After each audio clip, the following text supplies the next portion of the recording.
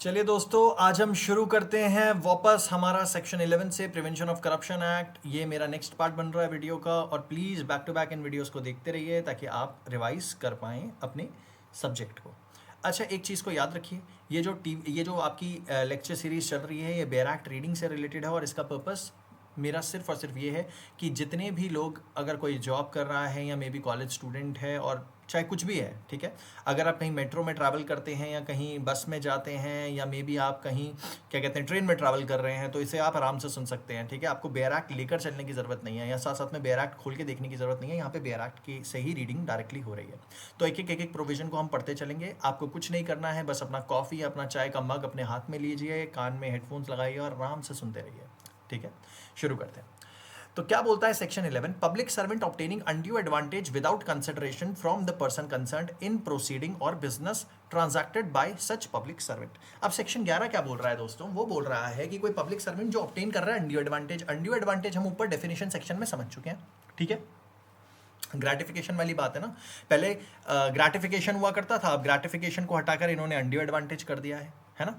तो undue advantage जो है वो स्पेसिफिकली अगर लिया जाए, ठीक है, बिना किसी कंसिडरेशन के, डायरेक्टली कोई कंसिडरेशन नहीं ली जा रही, लेकिन अनड्यू एडवांटेज लिया जा रहा है उस आदमी से जो किसी प्रोसीडिंग में या किसी बिजनेस ट्रांजैक्टेड, जो भी कोई बिजनेस ट्रांजैक्शन हो या कोई भी कोई प्रोसीडिंग हो बिजनेस से रिलेटेड, उस प्रोसीडिंग या उस बिजनेस ट्रांजैक्शन से रिलेट होते हुए पब्लिक सर्वेंट को कोई चीज मिल जाए।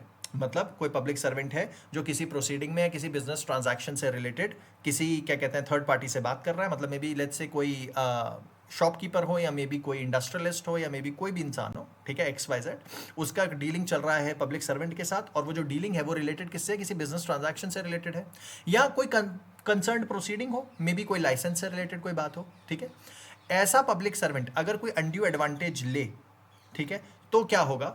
जहां पर ये कोई कंसिडरेशन डायरेक्टली नहीं ले रहा, मतलब पीछे से बेनिफिट ले रहा है लेकिन सामने सामने कोई कंसिडरेशन नहीं मांग रहा। ठीक है, अब बेनिफिट तो किसी भी तरीके का हो सकता है ना, कोई गिफ्ट हो सकता है, या मे बी कोई कार हो सकती है, या मे बी कोई प्रॉपर्टी हो सकती है जो सस्ते में ले ली हो इसने। ठीक है, महंगे रेट की प्रॉपर्टी सस्ते में। ठीक है, उन सभी केसेस को कवर कर रहा है सेक्शन 11। तो क्या बोलता है? Whosoever being a public servant accepts और ऑब्टेन्स और attempts to obtain for himself or for any other person any undue advantage without consideration, or for a consideration which he knows to be inadequate for any person whom he knows to have been or to be likely to be concerned in any proceeding or business transacted or about to be transacted by such public servant, or having any connection with the official function or public duty of himself or of any public servant to whom he is subordinate, or from any person whom he knows to be interested in or related to the person so concerned, shall be punished with imprisonment for a term which shall not be less than 6 months, but which shall may extend to 5 years and shall also be liable to fine। अब चलिए इसको हम detail में highlighter लेकर समझते चलते हैं। तो क्या कह रहा है? कोई भी ऐसा आदमी, whosoever being a public servant, मान लेते कोई आदमी पब्लिक सर्वेंट है, और वो अगर ऑब्टेन करे मतलब ले ले, एक्सेप्ट करे मतलब ले रहा है, ऑब्टेन करे मतलब किसी के द्वारा लिया जा रहा है, मतलब जबरदस्ती लेने की कोशिश कर रहा है, ऑब्टेन कर रहा है, या अटेम्प्ट मतलब फेल कर गया ऑब्टेन करने से, attempts to obtain for himself और फॉर एनी अदर पर्सन, या तो अपने लिए या किसी और आदमी के लिए। मे बी किसी और आदमी में क्या हो सकता है? अपनी बीवी के लिए हो सकता है, अपने बच्चों के लिए कोई अनड्यू एडवांटेज लेने की कोशिश करे। ठीक है, फॉर हिमसेल्फ और any other person any undue advantage without consideration, बिना किसी कंसिडरेशन के अनड्यू एडवांटेज ले रहा है। मतलब डायरेक्टली पैसे नहीं मांग रहा, लेकिन बोल रहा है कि जी बच्चे का एडमिशन करवा देना उस स्कूल में, या जी मेरी बीवी की आर्ट गैलरी में आप इतने रुपए की पेंटिंग खरीद लेना, एग्जाम्पल कुछ भी तरीके से। और for consideration which he knows to be inadequate, जैसे कि मैंने आपको एग्जाम्पल दिया, किसी से प्लॉट खरीदा, 5 करोड़ का प्लॉट 1 लाख में खरीद लिया, कंसिडरेशन पे लिया है लेकिन इनएडिक्वेट कंसिडरेशन पे लिया है। From any person whom he knows to have been or to be or is likely to be concerned in any proceeding। अब आपको पता चल रहा है कि किससे ले रहा है? ऐसे आदमी से ले रहा है जिसका इसको पता है, have been जो कि है, या to be होने वाला हो, या likely to be। मान लेते हैं कोई इनकम टैक्स ऑफिसर है, उसको पता है कि भैया सामने वाले के ऊपर कोई बहुत बड़ा पेनल्टी लगने वाला है, उस पेनल्टी को हटाने के चक्कर में या उस पेनल्टी को कम करने के चक्कर में जो ऑफिसर कंसर्न है इनकम टैक्स का, वो पैसे लेने की कोशिश कर रहा है। इसको पता है कि अगर मैं पैसे ले लूँगा तो ये बंदा जो है ये लाइबल मैं कर सकता हूँ कि ना हो, ठीक है, मैं मेक श्योर कर सकता हूँ कि ये लाइबल ना हो अगर मैं पैसे ले लेता हूँ। या टू बी, इसको पता है कि हो जाएगा ये बंदा लाइबल, ठीक है, इसलिए इसको पकड़ रहा है। या लाइकली टू बी, इसको पता है लाइकली है, ठीक है। Concern in any proceeding or business transacted, proceeding तो मैंने आपको बता दिया, इनकम टैक्स प्रोसीडिंग्स हो सकती हैं, या बिजनेस ट्रांजैक्टेड मतलब मान लेते कोई लाइसेंस वगैरह ले रहा हो, और अबाउट टू बी ट्रांजैक्टेड, कोई बिजनेस ट्रांजैक्ट होने वाला हो बाय सच पब्लिक सर्वेंट, और having any connection with the official functions और पब्लिक ड्यूटी, या उस बंदे का कोई डायरेक्ट कनेक्शन बन रहा हो किसी ऑफिशियल फंक्शन के साथ या कोई पब्लिक ड्यूटी। मान लेते कोई टेंडर कॉन्ट्रैक्ट हो, ठीक है, टेंडर निकलने इसने बता दिया कि भैया मेरी ट्रांजैक्शन होने वाली है बिजनेस इस बंदे के साथ, तो ऑब्वियसली कोई अनड्यू एडवांटेज ले लिया जाए और इसको टेंडर दे दिया जाए, ठीक है। उन सभी केसेस में, मतलब मैं एग्जांपल्स दे रहा हूं गाइस, इसमें एक्सेट्रा लगा के चलेंगे, ठीक है। इन सभी केसेस में माना जा सकता है कि पब्लिक सर्वेंट जो है ये गड़बड़ कर रहा है ना, ये आपको सामने दिख रहा है। ऑफ हिमसेल्फ और any public servant to whom he is subordinate, या तो खुद के लिए ले रहा है कोई बेनिफिट, या ले रहा है किसी ऐसे पब्लिक सर्वेंट के लिए जिसका वो सबॉर्डिनेट है। अब जरूरी थोड़ी ना है कि भैया डीसीपी साहब ही डायरेक्टली पैसे खाएं, एसएचओ साहब भी तो खा सकते हैं पैसे, है ना, डीसीपी उसके थ्रू खा सकता है, या मे बी एसएचओ कोशिश कर सकता है कि डीसीपी को पैसे पहुंचा दिए जाएंगे, तो भैया कोई दिक्कत नहीं होगी, है ना। और from any person whom he knows to be interested in or related to the person so concern, ये भी माना जा सकता है कि भैया वो किसी के अंदर इंटरेस्टेड हो या रिलेटेड हो किसी आदमी से जो कि कंसर्न है इस बिजनेस ट्रांजैक्शन से। किससे कंसर्न है? इस प्रोसीडिंग से कंसर्न है, ठीक है। Shall be punishable with imprisonment of a term which shall not be less than 6 months but which may extend to 5 years and shall also be liable to fine। अब ये तो आपने पूरा का पूरा देखा भैया बेयर एक्ट की लैंग्वेज। इस पर्टिकुलर सेक्शन की एक लाइन की जस्ट ये है कि अगर कोई आदमी एक्सेप्ट कर रहा है, ऑब्टेन कर रहा है या अटेम्प्ट कर रहा है, ब्राइवरी लेने की कोशिश कर रहा है, नॉट डायरेक्टली वाया कंसिडरेशन लेकिन इनडायरेक्टली अनड्यू एडवांटेज के फॉर्म में, तो उसे हम लाइबल मान सकते हैं। यहां पे फर्क नहीं पड़ता कि वो आदमी इमीडिएटली ऐसी स्थिति में है कि नहीं है सामने वाले को फायदा पहुंचाने की, ठीक है, कोई फर्क नहीं पड़ता। लाइकली भी हो सकता है, ठीक है, हैव बीन भी हो सकता है, टू भी हो सकता है, ठीक है, तीनों ही केस हो सकते हैं। मतलब चाहे अभी बेनिफिट पहुंचा रहा हो या फ्यूचर में पहुंचा सकता हो, या चांसेस है मे बी बात बने ही ना, मे बी चीज उधर तक आए ही ना, लेकिन तब भी ये पहले ही पैसे मांगने की कोशिश कर रहा है। Likely to be concern, likely भी हो सकता है कि फ्यूचर में कंसर्न बन जाए, ठीक है, या बनने वाला हो या बन रहा हो। तीनों ही केसेस में अगर कोई बिजनेस प्रोसीडिंग्स है या कोई बिजनेस ट्रांजैक्शंस है या कोई नॉर्मल प्रोसीडिंग्स है, उससे कंसर्न होकर कोई भी आदमी अगर अनड्यू एडवांटेज लेने की कोशिश करता है अपने लिए, अपने फैमिली मेंबर के लिए, किसी भी इंसान के लिए जो इस पर्टिकुलर ट्रांजैक्शन से रिलेटेड है, ठीक है, वो एक पब्लिक सर्वेंट भी हो सकता है जिसके अधीन ये पर्टिकुलर आदमी काम कर रहा है, ठीक है, वो इंसान लायबल हो जाएगा। वो बंदा, वो पर्सन जो भी इस अटेम्प्ट को करने की कोशिश कर रहा है पब्लिक सर्वेंट, वो लायबल हो जाएगा और वो पनिशेबल होगा with years not less than 6 months but which में एक्सटेंड टू 5 years। तो 6 महीना मिनिमम और मैक्सिमम 5 साल तक की सजा मिल सकती है, ठीक है, अनड्यू एडवांटेज लेने पे। क्वेश्चन सेक्शन हम 12 पे आ जाते हैं। क्या बोलता है? Punishment for abetment of offence. अब पनिशमेंट क्या होगी अबेटमेंट ऑफ ऑफेंस के लिए? अबेटमेंट का मतलब होता है यार दूसरे को भड़काना, दूसरे को ना क्या कहते हैं, इंकरेज करना किसी गलत काम को करने के लिए, उसे कहते हैं अबेटमेंट, ठीक है। तो punishment for abetment of offence, तो कब कहोगे कि सामने वाले को आप अबेट कर रहे हो किसी ऑफेंस के लिए? तो कहता है whosoever abets any offence punishable under this act. कोई आदमी अबेट कर रहा है मतलब सामने वाले को प्रेरित कर रहा है, भड़का सा रहा है कि भैया ये ऑफेंस कर दे, ठीक है, जो पनिशेबल है इस एक्ट के अंतर्गत। वेदर और not that offence is committed in consequence of that abetment. अब फर्क नहीं पड़ता कि उसने वो ऑफेंस किया हो या ना किया हो, he shall be punishable with imprisonment of a term which shall not be less than 3 years but which may extend to 7 years and shall also be liable to fine। तो याद रखेंगे फर्क नहीं पड़ता सामने वाले ने वो ऑफेंस को किया नहीं किया। अगर कोई इंसान किसी को अबेट कर रहा है तो ऐसा आदमी जो अबेट कर रहा है वो आदमी लायबल होगा पनिशमेंट के लिए मिनिमम 3 साल और मैक्सिमम 7 साल। तो अबेटमेंट ज्यादा बड़ा क्राइम यहाँ दिखाई दे रहा है। यहाँ पे अगर पब्लिक सर्वेंट क्राइम कर देता है, पैसे लेने की कोशिश कर रहा है, अनड्यू एडवांटेज लेने की कोशिश कर रहा है, तो मिनिमम 6 महीना और मैक्सिमम 5 साल है। लेकिन यहाँ अबेटमेंट, भड़काना किसी इंसान को कोई काम करने के लिए प्रेरित करना है इस एक्ट में, किसी भी ऐसे एक्ट के लिए जो पनिशेबल है इस स्टैट्यूट में, तो मिनिमम 3 साल की सजा और मैक्सिमम 7 साल की सजा होगी, ठीक है, याद रखेंगे। सेक्शन नंबर 13 पे आ जाते हैं। क्या बोलता है? Criminal misconduct by public servant. अब कोई क्रिमिनल मिसकंडक्ट है किसी पब्लिक सर्वेंट के द्वारा, तो अब public servant is said to commit the offence of criminal misconduct. अब माना जाएगा कि एक पब्लिक सर्वेंट है, ठीक है, वो कमिट कर रहा है ऑफेंस ऑफ क्रिमिनल मिसकंडक्ट। कौन सा ऑफेंस कर रहा है? क्रिमिनल मिसकंडक्ट का ऑफेंस कर रहा है। पहली बात ए, अगर if he dishonestly or fraudulently misappropriates or otherwise converts for his own use any property entrusted to him or any property under his control as public servant or allows any other person so to do, or if he intentionally enriches himself illicitly during the period of his office।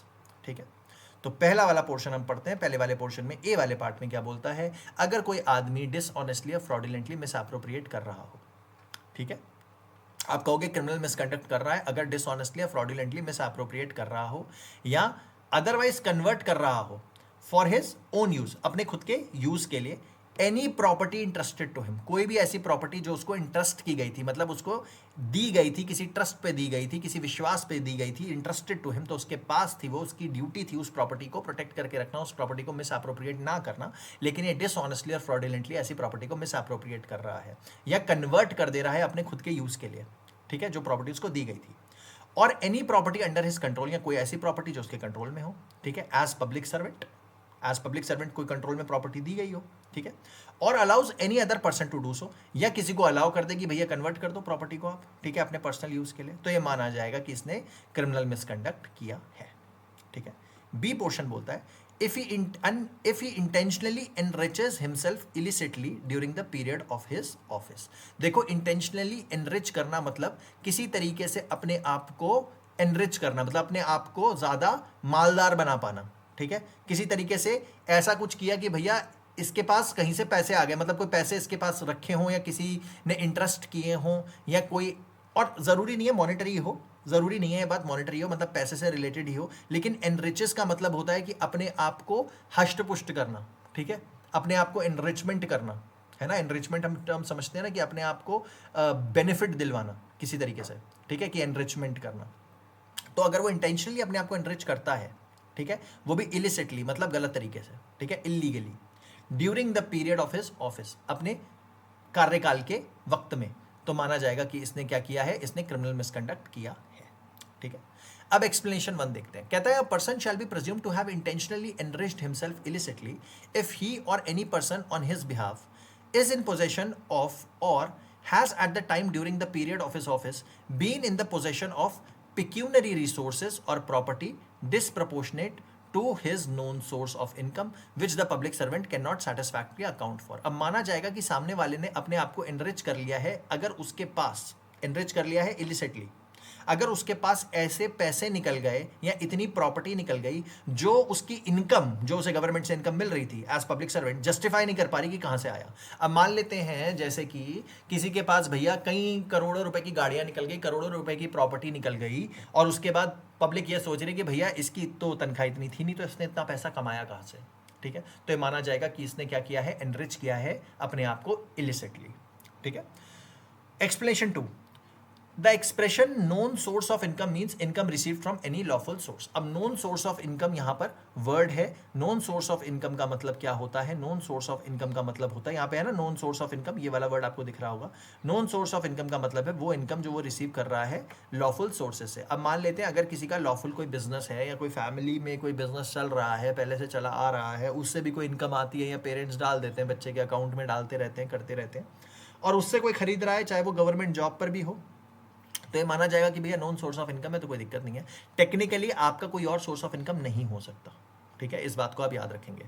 जब आप किसी job पर हैं तो आप कहीं और job नहीं कर सकते, आप कोई और क्या कहते हैं सोर्स ऑफ इनकम क्रिएट नहीं कर सकते अपने लिए, जेन्युइनली जो चीज़ें, क्योंकि वहाँ पर ये हो जाता है कि भाई क्लैश ऑफ इंटरेस्ट हो सकता है कि भाई आप कोशिश कर रहे हो कि अपनी क्या कहते हैं पोजीशन और पावर का यूज़ करके अपने आप को किसी तरीके से आप इनरिच करने की कोशिश कर रहे हो। तो इन जनरल कोई गवर्नमेंट सर्वेंट कोई बिजनेस एज सच कर नहीं सकता। लेकिन किसी का मान लेते हैं खानदानी बिजनेस हो, घर वाले कर रहे हो, या घर वाले ऐसे ही गिफ्ट में कुछ प्रॉपर्टी दे दें किसी को, ठीक है, किसी के जन्मदिन पर या XYZ जो भी है, तो वहां पर ये जस्टिफाई हो जाता है। तो उस कॉन्टेक्स्ट में हम लोग बात कर रहे हैं कि नॉन सोर्स ऑफ इनकम का मतलब होता है income receive from any lawful sources.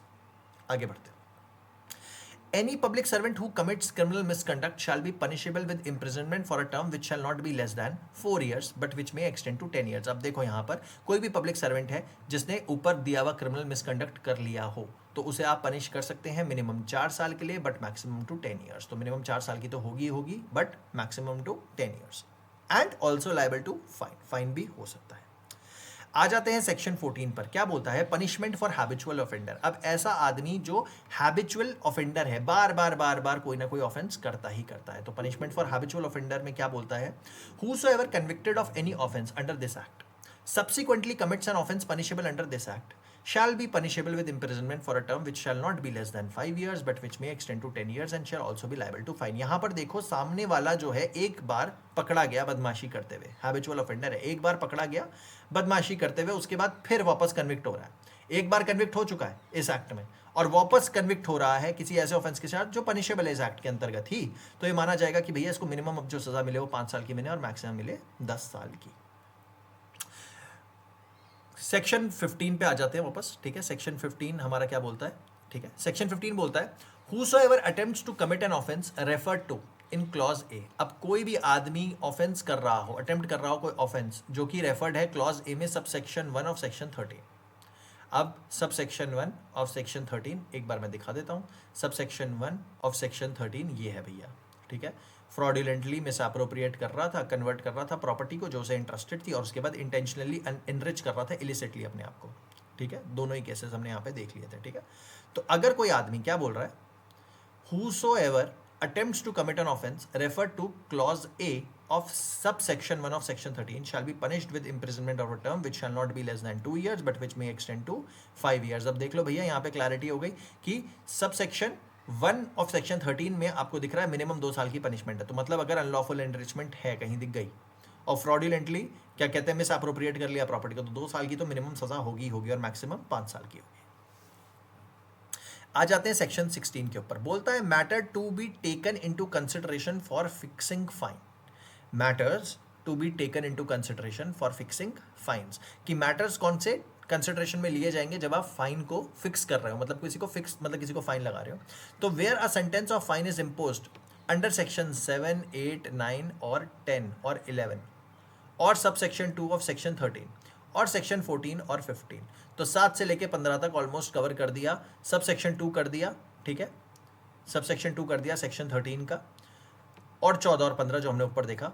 Court in fixing the amount of fine shall take into consideration the amount or value of property if any with the accused person has obtained which the accused person has obtained by committing the offense or where the conviction is for an offense referred to clause B of subsection 1 of section 13 the pecuniary resource or property referred to in that clause for which the accused person is unable to account satisfactorily.